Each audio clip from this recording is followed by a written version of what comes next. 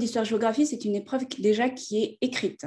Elle dure 2 heures, elle porte sur le programme d'histoire qui est le programme de 3e, le programme de géographie également de 3e, mais pour ce qui est de l'EMC, qui est l'enseignement moral et civique, c'est sur le programme du cycle 4.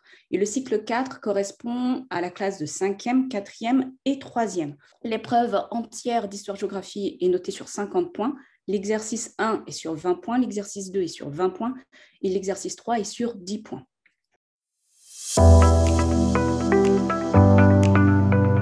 Cette épreuve, elle se divise en 3 parties qui sont en fait des exercices.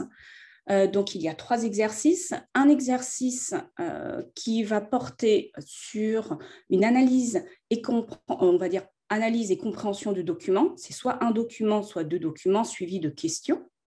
Donc, ça porte soit sur l'histoire, soit sur la géographie, ce qui veut dire que si l'exercice 1 est sur l'histoire, l'exercice 2 sera sur la géographie et inversement. Ce qui veut dire que si l'exercice 1 est sur la géo, l'exercice 2 est sur l'histoire.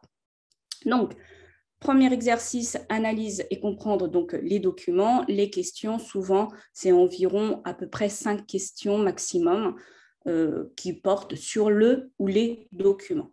Donc après, je reviendrai dessus, mais ce n'est pas très compliqué, les questions. Souvent, les réponses sont toujours dans les documents. Il n'y a pas vraiment à se faire de soucis par rapport à ça.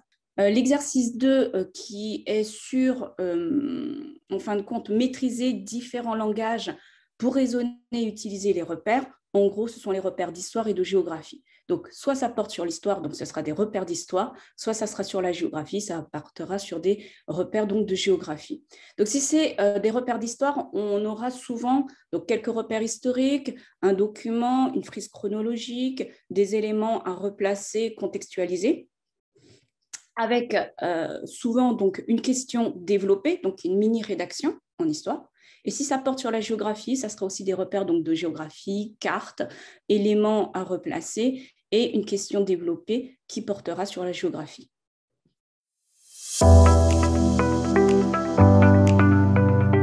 Quant à l'exercice numéro 3, c'est un exercice qui est sur donc, 10 points, je le disais tout à l'heure, et qui est sur l'EMC, donc l'enseignement moral et civique. Et c'est pour mobiliser les compétences relevant donc, de l'EMC. C'est souvent constitué deux documents avec des questions et souvent, on va dire, la dernière question, presque tout le temps, la dernière question, c'est une question, on va dire, de réflexion, développement où on demande l'avis de l'élève sur le sujet.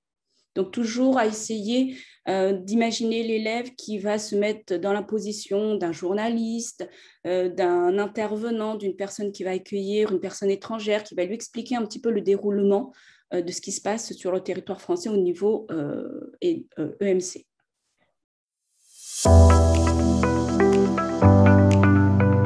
Les points incontournables, je vais dire que c'est tout le programme. Il n'y a pas d'impasse à faire parce que le programme, il est très lourd. Ça, je ne peux pas le nier. Il est extrêmement lourd, il est très compliqué de le clore, on va dire, juste avant la fin de l'épreuve, mais les questions elles peuvent tomber sur n'importe quelle partie du programme et en plus, 3 matières, donc histoire, géo et EMC. Donc, en fin de compte, il n'y a absolument pas d'impasse à faire et il n'y a rien d'incontournable. Tout est à connaître, on va dire.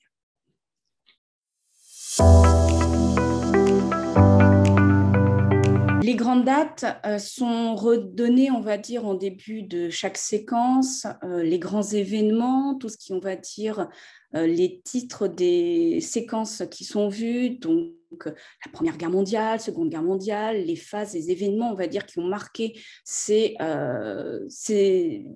événements-là. On va avoir également la construction européenne, tout ce qui est en rapport avec la guerre froide, on va dire, donc tout le programme.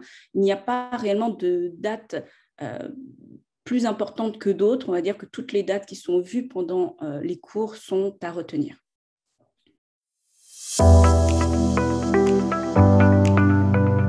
Face à son sujet, de bien lire les questions, parce que bien souvent, les élèves se lancent sans lire les questions. Ils commencent à faire de la rédaction sans avoir vraiment pris connaissance de la question et avoir compris la question. Et donc, ça part souvent sur des incompréhensions et quand on corrige, on se retrouve avec des consignes qui n'ont pas du tout été maîtrisées.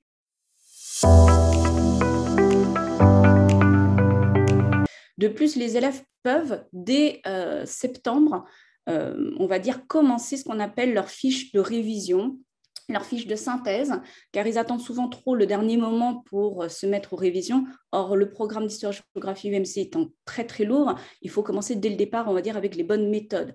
Donc, ils peuvent utiliser différentes, on va dire, méthodes d'apprentissage et de révision, qui sont les cartes mentales, les sketch notes, les questionnaires, se poser eux-mêmes des questions, faire des jeux de rôle avec leurs camarades ou également leur famille. Donc ça, c'est ce que je pourrais conseiller vraiment pour réviser toutes les notions très importantes et surtout nombreuses en histoire-géographie UMC.